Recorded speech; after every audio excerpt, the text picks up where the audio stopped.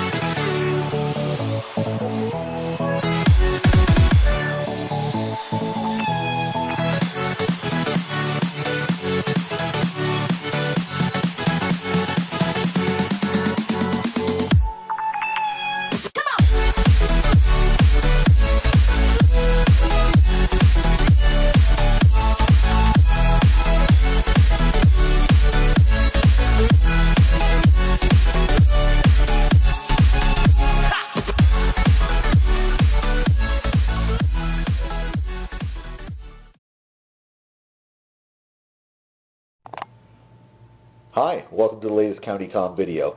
Today we'll be showcasing the micro grappling hook. It's designed for soldiers overseas to defeat tripwires. Many of you may be aware or familiar with a pocket grappling hook designed by EOD Robotics. This is the micro grappling hook. You'll notice some very similar design. That's purposely done. This is the pocket grappling hook is a proven winner. The micro grappling hook is brand new.